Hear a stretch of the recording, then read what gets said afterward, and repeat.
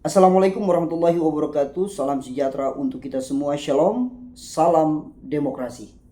Saya BMG Bung Muhar Zain Gebze akan mencoba mengkaji terkait dengan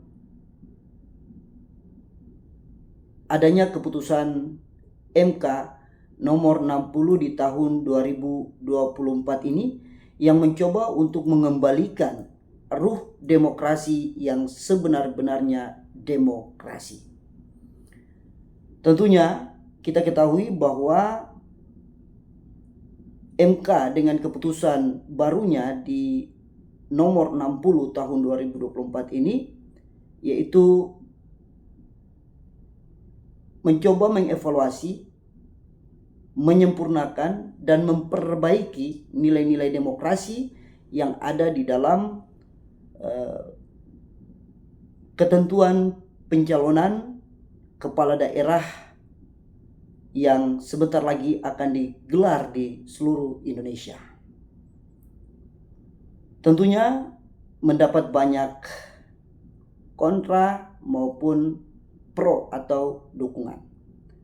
Namun dukungan yang diberikan ini tentunya lebih banyak karena melihat daripada keidealan daripada keputusan tersebut yang kembali kepada ranah demokrasi yang sebenar-benarnya demokrasi. Sobat-sobat Benje dimanapun Anda berada, kita tahu bersama di banyak media sudah menjelaskan terkait dengan tanggal 25 Agustus 2024 DPR menyelenggarakan dengar pendapat di pusat DPR RI terkait dengan persoalan keputusan MK nomor 60 di tahun 2024 itu. Nah, alhasilnya maka mereka bersepakat bersama-sama untuk menyesuaikan dengan keputusan MK yang tidak bisa diganggu gugat lagi karena sudah sifatnya final dan tentunya sudah terpenuhi terkait dengan idealitas daripada demokrasi yang sebenar-benarnya demokrasi. Dan efek daripada itu KPU RI merubah yang namanya PKPU terkait dengan pencalonan kepala daerah. PKPU nomor 8 tahun 2024 kemudian dirubah dengan memperhatikan daripada keputusan MK tersebut, maka dirubah menjadi PKPU nomor 10 2024 terkait dengan pencalonan kepala daerah yang tentunya sangat substantif sekali terkait dengan perubahan tersebut. Perubahan yang pertama terdapat di dalam pasal 11 yang mana ada yang dihilangkan dan ada yang dirubah. Nah, di sini terlihat jelas bahwa ruh demokrasi sangat clear sekali. Karena ruang yang ada yang diputuskan ini betul-betul mengakomodir daripada kepentingan seluruh masyarakat Indonesia. Karena apa? Partai-partai politik yang tadinya tidak ada kursi, mereka hanya mempunyai suara sah saja yang mereka miliki, mereka hilang di telan bumi. Artinya apa? Mereka tidak punya hak untuk mencalonkan. Namun berdasarkan keputusan MK ini, mereka punya hak juga ketika mereka berkoalisi dengan ketentuan-ketentuan yang ada, dengan jumlah DPT yang ada, dengan persentase mereka punya jumlah suara, mereka bisa berkoalisi dan bisa mengusung atau bergabung dengan partai yang punya seat. Sehingga istilah partai yang punya seat atau partai yang punya kursi untuk mau mengusung dalam proses yang pemilu pilkada yang lalu itu tidak demikian adanya lagi.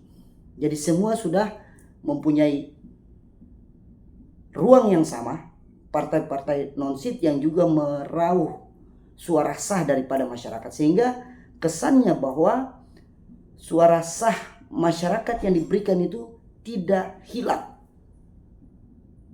Itulah nilai yang sebenarnya yang menjadi penegasan bahwa suara masyarakat yang diberikan melalui pemilihan umum itu tidak hilang percuma, tidak hilang di telan bumi.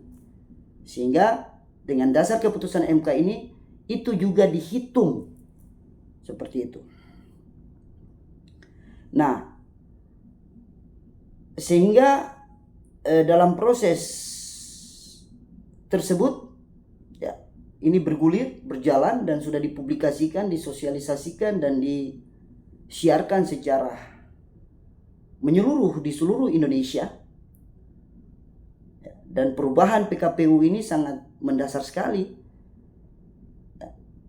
tentang pencalonan kepala daerah ini, dan tentunya ini memberikan semangat demokrasi baru bagi bangsa Indonesia yang dilandaskan oleh keputusan MK tersebut.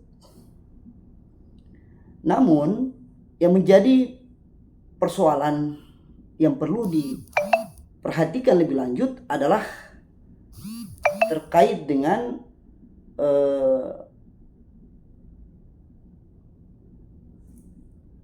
efeknya atau keterkaitan yang dengan penjadwalan. Karena ruang yang diberikan sangat terbatas sekali dengan ruang pendaftaran yang akan dilakukan nantinya. Ini sesuai dengan PKPU tahapan yang ada. Sehingga boleh saya sampaikan bahwa KPU RI perlu menganalisis atau mengevaluasi kembali terkait dengan ruang pendaftaran ini, apakah diundur gitu. Apakah diundur sehingga asas demokrasi yang sebenar-benarnya ini betul-betul berjalan sesuai dengan nilai ruh yang sebenar-benarnya. Karena keputusannya sangat mepet dengan waktu pendaftaran, maka pendaftaran PKPU, penjadwalan atau tahapan pendaftaran juga itu kalau bisa diundur dan disesuaikan dengan pertimbangan-pertimbangan yang kemudian bisa mengakomodir daripada semangat demokrasi yang timbul dari MK tersebut itu, dengan adanya partai memberikan ruang kepada partai-partai non-SIT yang mempunyai kumpulan suara sah yang memang mereka dapatkan itu, sehingga bisa mereka berkoalisi dan mencalonkan daripada jago-jago mereka untuk berkompetisi dalam pemilihan kepala daerah tersebut. Sehingga itu yang dapat saya analisa dari sisi keterkaitan PKPU 10/2024 dengan PKPU penjadwalan. Artinya kita ruhnya sudah kelihatan, sudah sangat luar biasa, kita apresiasi. Tetapi ruang yang keduanya adalah PKPU tahapan. Ini perlu dirubah karena semangat demokrasi yang sudah teruji di sini, tersemangat di sini, jangan diruntuhkan dengan masih tetap berproses dengan penjadwalan yang lama. Ini pun dirubah, ya, sehingga klublah nilai esensi daripada demokrasi yang sebenar-benarnya.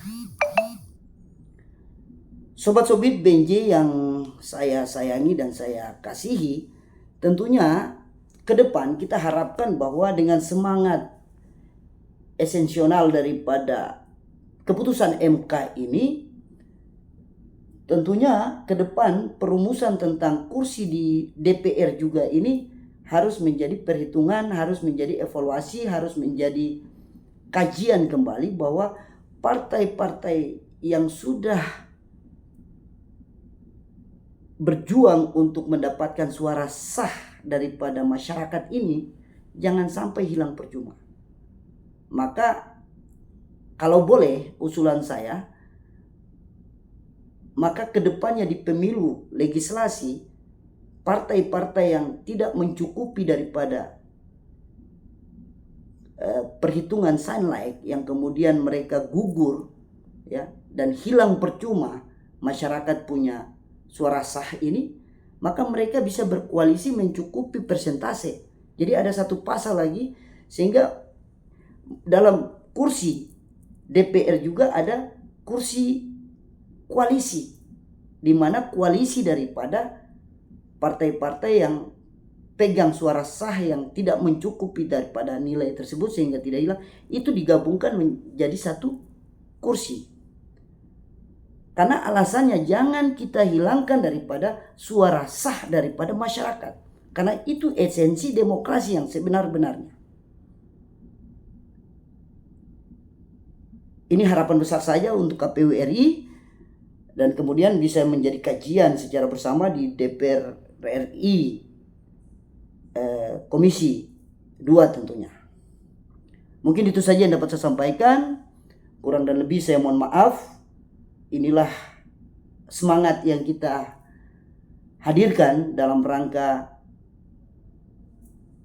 menumbuhkan demokrasi di Indonesia yang sebenar-benarnya demokrasi.